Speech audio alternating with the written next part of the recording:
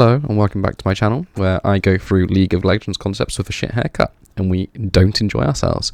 So we'll start off with the major regions, which means we'll be starting off with the LPL this week, where last week we left off with the lower bracket where LNG had to win both games against Bilibili and JDG in order to qualify without having to go through the regional bracket. They did the job against BLG before falling just short against JDG, which meant that BLG qualified first as the second seed. However, in the regional finals, LNG then matched up against EDG in the upper bracket, where the winner would qualify automatically for Worlds. LNG came in as favourites based on the form of the two teams, and Garo put up yet another insane performance, to take his team to the Worlds. This leaves us with two more games before the Worlds in China. The with top esports taking on Weibo, which was today, and the winner, or yesterday when it's uploaded, and the winner of that facing EDG for the final spot to represent China at Worlds. My personal favourites for this would have been TES, as they probably had the strongest and most dependable roster of those still yet to qualify. But as they lost 3-2 to Weibo in a quite close series, they could no longer qualify. So now it's between Weibo and EDG. And I'm not going to lie to you, as much as I like the Shy, I don't think he can put on another good performance. And I can't back him to win another game. So my personal favourites to qualify are EDG. As you can see in the game that's playing behind me, which is the Weibo TES game from today, or yesterday when this is uploaded, it was a good series. There were lots of clean fights, and it was quite enjoyable. If you have the time, I really do recommend that you watch as many LPL playoff games as possible, and the regional qualifiers. It's a really good region, and it's really well worth watching. So now we'll move on to the next region, which happens to be the LCK, as we're working our way down the power rankings. So, in the LCK, we had the return of Faker, as well as the last week of LCK. Faker's return was not exactly spectacular, but he gave the team a sense of direction that had been severely lacking in the last 5 games with Poby playing for them, where they had gone without all victory. Faker, not returning into this week though, ended up killing Sandbox's chances of qualifying, gifting the team that I had insulted repeatedly for underperforming DRX the last spot in quarters. The reason for this being that T1 played with Faker against Liv Sandbox and managed to win 2-1, and in contrast they had played against DRX without Faker and lost 2-0 quite convincingly. Unfortunate, but it means that DRX now got the last spot in quarters. Next week, we will have all but the lower bracket final and grand final, leaving us with just 3 teams in the bracket. If I had to guess right now, I can't see a world where those 3 teams aren't KT, Gen.G, and HLE. But if Faker and T1 can step up, then they might have a chance as well. Overall though, we'll definitely have to see, as it's quite hard to predict, especially with Faker coming back and the team looking better already. It's worth noting though, that all 6 teams are guaranteed to make regional finals, and therefore can also qualify quite comfortably, even if they don't do well in the bracket. It's worth noting that T1 are the only team whose swing split is significantly aiding them in the rankings for now. So that means there's plenty of room for teams to fight for those crucial points, as well as automatic qualification. This means that the LCK could be quite an exciting region to watch, especially as the playoffs develop further. And this week could be an exciting time if you haven't watched a lot of LCK to really get into it. Next, we'll move on to the next region, where there's not a lot happening. In my home region, the LEC, there is nothing going on right now. It's been a while since we last had a game. In fact, it's been a whole week, and we've still got another week and 5 days until the start of LEC finals, so we'll have to sit tight for that. There are 6 teams still left to compete, and with 3 spots up to grabs, as well as the final qualifier to go against where they go against the 4th seed of the LCS, there's lots happening. Well, there will be lots happening. Not yet, though, so if you're an LEC fan, please get on and watch the LPL and LCK finals so you can see some really good league, because they have been severely lacking in our region this year. In the LCS, my least favourite of the 4 major regions, we had 2 elimination games, where we lost TSM to Dignitas, in surprisingly the closest game in the league this week, and 100 Thieves lost to TL in a rather unsurprising 3-1 score. Continuing predictable results, Cloud9 slapped EG in a very uncompetitive series. Talking of continuing, I continue to curse NRG's opponents. Playoff games, and they only played their 2 upper bracket games, where NRG upset TL. I like to think as a result of the curse I gave TL in the last weekly update. Get to see Team Liquid take on Giant Killers NRG, so TL should be fine. So with the hope that that was truly the cause, let's bring on more information for this week, and hopefully bring on more curses for the rest of the week. EG also managed to trump over TSM. However, now that NRG are facing a real top team, it's unlikely that they'll actually be able to continue this run. However, excitingly though, they have actually qualified alongside C9. So, if I was to expect, there's one more team that can qualify automatically, and if I was to see anyone, it would probably be GG or EG, and they would probably take on NRG in the lower bracket, as we've got many games. However, the critical games this week are Dig versus GGS and TL versus EG, where the winners automatically qualify for the wildcard qualifier against the LEC 4th seed, which hopefully for me will be a weaker team so I can keep clowning on this region.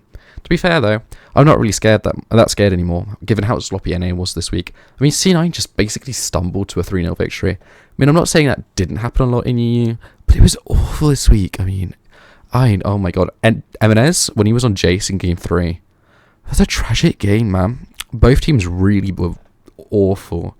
I mean, there was a minute in 17 minutes, he got this escape, which was basically because his opponents were just asleep. EG were just sleeping. It was crazy. I've not seen a lot worse out of this region, to be honest. So hopefully they continue it, so we can clown on them and EU can continue to be the best team out of Europe. Oh my god, my mic is speaking like crazy. I apologise to everyone. So now we'll go on to the first of the minor regions, which will be my favourite region, Japan. In my favourite region this week, we had all sorts of surprises. In the upper bracket, we had the baseball team keep DFM honest as they took them to 5 games and could have won the series if they'd made one less mistake in any of the games that they lost.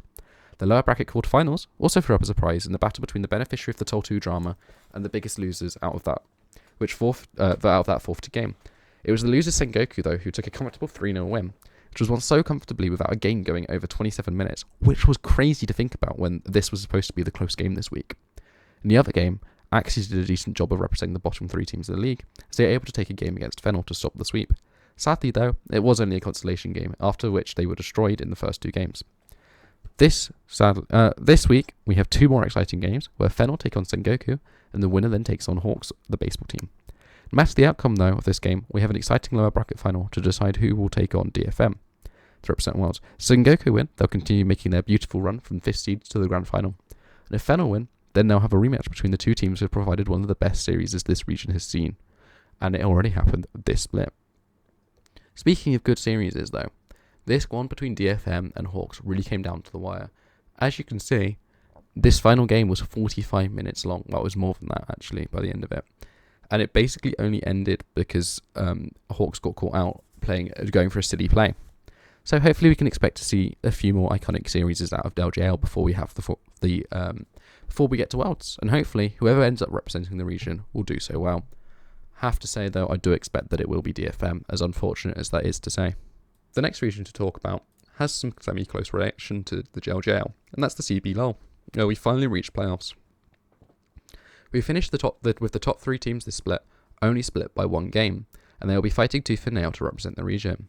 This week we have the upper bracket where Ping Gaming should slaughter INTZ, but in the other upper bracket game, we have Red Canids taking on a difficult series against Loud, where these were 2 of the teams split by 1 game in the regular season. In the lower bracket this week, we have Fluxo versus K-Stars, which should be another crazy series, as they were also very close in the regular season. The winner of this will go on to face INTZ, who also got 11 wins, the same as Fluxo. Should go on to face INTZ, the same as, with 11 wins, the same as Fluxo. So, look out for this region, there's lots exciting happening on. Next, we go to a region with some controversy, the VCS. As I said, the VCS, not the LJL, has had some controversy this year. We had a match-fixing scandal, which led SPTC to forfeit their entire season after a promising spring split. According to the latest information I have seen, Pallet, the support, who has just recently joined GAM, and the coaching staff have all been cleared early on, but I haven't found any information on the rest of the team, so if you were a fan of SPTC, please keep on the lookout for that. Or if you know, please feel free to let me know. For the rest of the region, we only have 2 games this week, where Saigon Buffalo are definite favourites against Team Flash, and we should have a close series between Cerberus Esports and Team Secret. We should have some good players. Apologies. I can never speak apparently when I'm recording. We should have some good games with top players like Yoshino of Team Flash, Hirotu and Taki of Team Secret, Punt of Cerberus, and Shogun of Saigon Buffalo, all in action this week and all well-known names. Next, we go to my other featured league, the LLA. In this week, we had the 6th-seeded Isurus, who you can see up here, ISG, make their beautiful lower bracket run as they beat Ace 3-1 before beating one of the best teams in the region, Infinity, 3-2. This means that next week we have the top 2 teams, Estrella Esports, take on Rainbow 7 in the upper bracket final, whilst Isurus get to continue their run against 6 Karma in the lower bracket semis. Rainbow 7 still have to be the favourites, whilst Isurus have the potential to continue their run as 6 Karma are weaker than Infinity, so they've already proven that they can beat stronger opponents. Next, we go on to the PCS, where lots is happening. This week, we have all sorts of excitement in this region, as we've just rounded up the group stages, with Beyond Gaming sitting in third, the seed with players like Kongyue and Betty. We have Deep Cross in fourth seed with players like Hanabi. In the fifth and sixth seeds, we have players like Gemini, Jimian, and Xiaoxi on CBTC Flying Oyster, and legends of the regions like Hollow, Pretender, Eminem, and Kaiwing on Frank Esports, rounding up alongside PSG, Talent, and J-Team. Next week, however, we don't get to see PSG Talent or J-Team in action, as we have the first round of playoffs in the upper bracket and lower bracket taking place. We have Deep Cross taking on Chiefs, which means we get to see the LCO and finally in action. After all the shit I've been talking about them, let's hope they don't get 3-0'd in both series. Deep Cross Gaming have got to be the favourites against Chiefs, and Beyond Gaming have got to be the favourites against Team Bliss. I also expect, to be honest, that CFO and Frank Esports will beat Chiefs and Team Bliss. So, hopefully, for all your Aussie fans out there, it won't be that case. However, who knows? LCO, I'm sorry, we'll see you next year. See ya.